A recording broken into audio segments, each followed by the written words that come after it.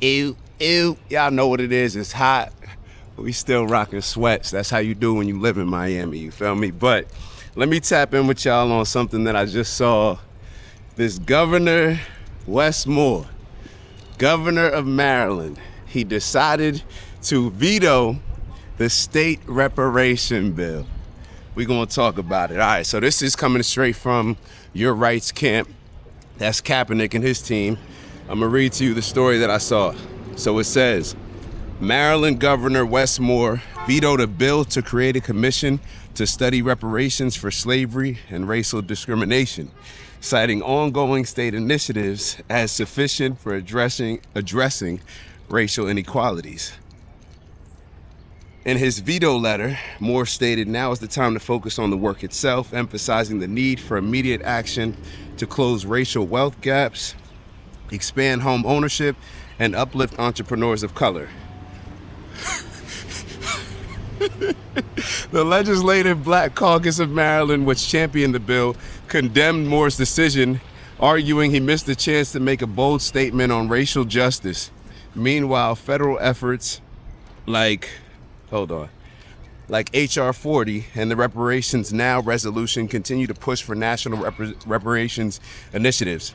For many, this bill represented a chance to take a real step toward addressing generations of harm. Maryland had the chance to lead the nation and show what true accountability could look like, and the people are right to feel that.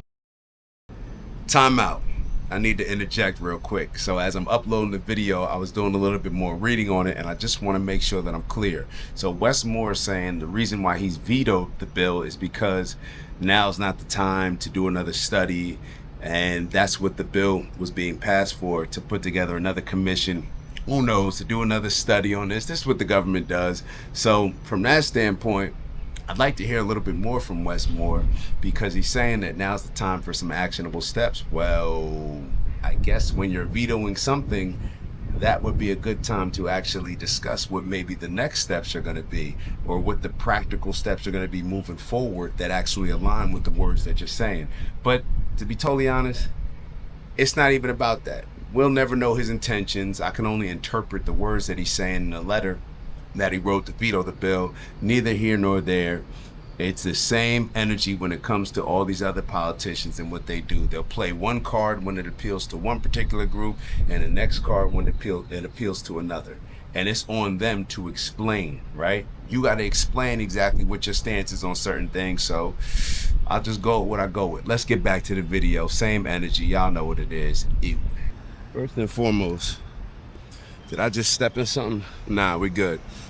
People just, dang, somebody got fertilizer or something out here. All right, so that's coming live from Your Rights Camp. That's Kaepernick's team, as I said. And it's just funny to me. This is just funny to me, and I can't help but think about when Donald Trump won this recent election, Ayanna Pressley, she jumped out the window saying that, oh, we're going to now push the reparations bill now that Trump's in office. It's kind of funny because now you're trying to push the reparations bill, but when Joe Biden was in office, you didn't feel that it was necessary or the right time to push that. So pretty interesting. And then going back to what Wes Moore wrote as far as his reasons for vetoing the bill, he writes, now is the time to focus on the work itself, emphasizing the need for immediate action to close racial wealth gaps, expand home ownership, and uplift entrepreneurs of color. Brother, I think that was one of the reasons why people wanted the reparations. Now, I don't care about the reparations. I'm just being totally honest with y'all. I don't feel that it would do any good, to be totally honest, to get a big chunk of change for Black people or descendants of slavery, because I think it's a mental issue that we're suffering from. And to be totally honest, I think that us getting a big chunk of money, whether we're entitled to it or not, we can argue back and forth about that. And I can make arguments for both. But whether we're entitled to it or not, my main concern is the outcome. The outcome. What outcome are we looking for? And when I say the outcome, if you give a whole bunch of people that aren't responsible and don't have the mental when it comes to financial literacy and making responsible buying decisions, all you're gonna do is give people a whole bunch of money, and it's gonna provide a stimulus to the economy. And because most black people don't have the businesses, that stimulus to the economy is still gonna end up going to a lot of those white businesses. And then people gonna complain. My fault, I'll let the truck go. But like I was saying, the stimulus is gonna go, let's say it just goes to a bunch of random businesses. Well, because most businesses that black people and everybody else frequent are not black-owned businesses, then it's gonna provide a stimulus, and it's gonna stimulate a lot of those businesses. So what is it gonna make? Just like with the pandemic, how they were saying how so many black people riding around in Mercedes. Look at what we were spending our money on. So it's a mindset thing. It's a educational thing, and not from a formal educational standpoint like school. I mean from an understanding educational standpoint, understanding how money works. And a lot of us are going through the process and learning that now.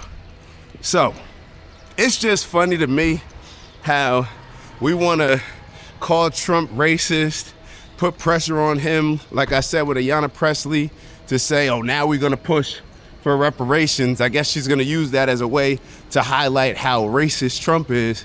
But I'd love to see the energy when it comes to a politician like Wes Moore. I don't know too much about Wes Moore. I know a lot of people like him. He comes across, well put together, smooth talking, maybe Barack Obama-ish, you would say. I just heard Maya just told me that he was on stage the other day singing the Locks lyrics with Jada. They do whatever they think's gonna appeal to people.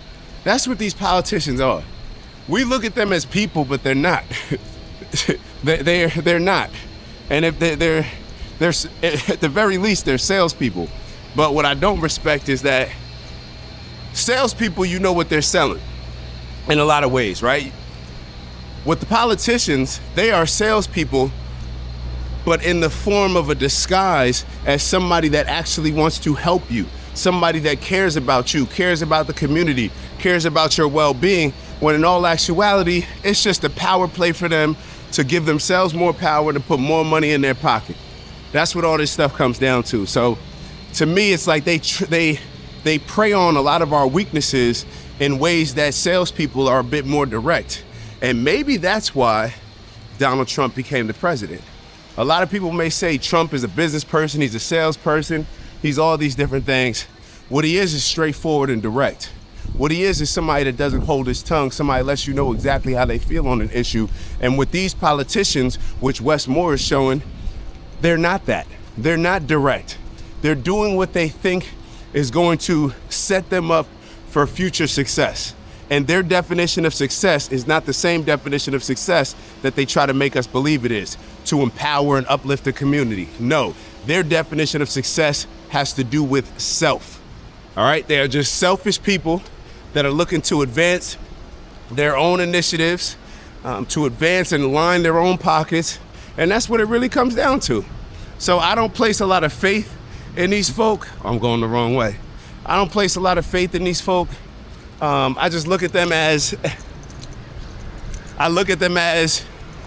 pretty much, they're no better than, they pimp in a lot of ways. They pimp us. They get us to think a certain way, to believe a certain way in order for us to work for them, when meanwhile they should be the ones working for us. So those are my thoughts on it. The whole reparations stance, like I said, I didn't want to take this post to debate whether or not we should get reparations. But one thing that I will say is that it's pretty funny that when you look at Barack Obama's history on reparations, he provided reparations to certain people, didn't provide them to black people. And you look at a guy like Wes Moore, who's now vetoing the bill on reparations, it's just pretty funny to me. It's just pretty funny for me to look at these type of people and then to see, when it comes to putting your money where your mouth is, by what bills you're supporting, the decisions that they're making. So I don't know how y'all feel. Just sharing my thoughts. Make sure that you like, make sure that you subscribe if you haven't already. And most importantly, share in a comment exactly how you're feeling about the situation. All right, these are just my thoughts, these are just my opinions. They may change in another hour, but I just saw the post, wanted to react to it, share with y'all my opinions on it thus far, and I would love for y'all to do the same. So I'll tap in with y'all soon. It's hot. Now I'm dreading the fact that I wore these damn sweats.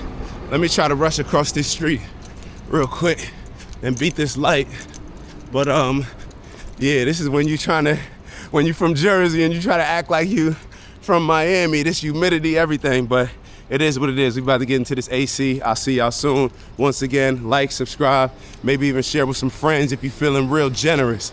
I'll see y'all soon. Ew.